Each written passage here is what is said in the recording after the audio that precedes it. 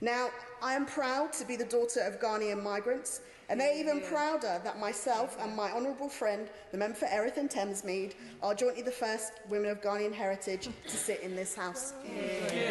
The support we have received from the Ghanaian community in the UK and globally has been immeasurable. Ghanaian Brits boast many notable names: Stormzy, June Sarpong, the editor of Vogue, Edward Enninful, and too many others to count. But as I'm often reminded, the most important British Ghanaian to ever walk this earth is, of course, my mum. I cite my heritage not just because it's important to me, but because it underpins my experience in this country, my country, and my fear as racism and other hate crimes are on the rise. Today we're debating global Britain.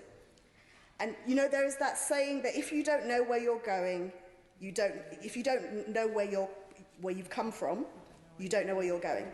And it strikes me that as a country, we cannot begin to fulfill this idea of global Britain until we first address the historic injustices of the British Empire. Injustices including slavery and colonialism.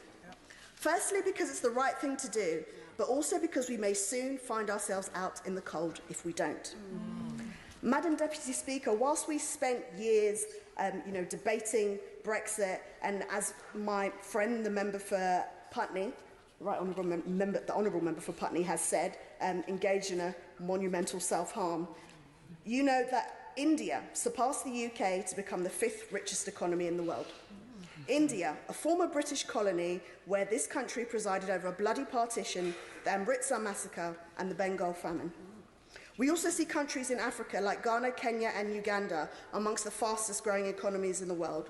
Countries that Britain deliberately underdeveloped, stole resources for and brutally enslaved its people. Madam Deputy Speaker, were you aware that in the mid to late 1700s, over 50 members of this House represented slave plantations? Members of Parliament, just like me, enslaved people that looked just like me. I'm someone who firmly believes that the only way you can tackle an issue is at its very root. And the racism which I and many others in this country face on a daily basis has its very root in these injustices. Not only will this country, my country, not apologise, and by apologise I mean properly apologise, not expressing deep regret. Not only will they not apologise, they have not once offered a form of reparations. Now, people see reparations as some kind of idea of handing over large sums of money, but why could we not start with it today? Simple things like fairer trade. Simple things like returning items that do not belong to us. And simple things like cancelling debts that we have paid over and over again.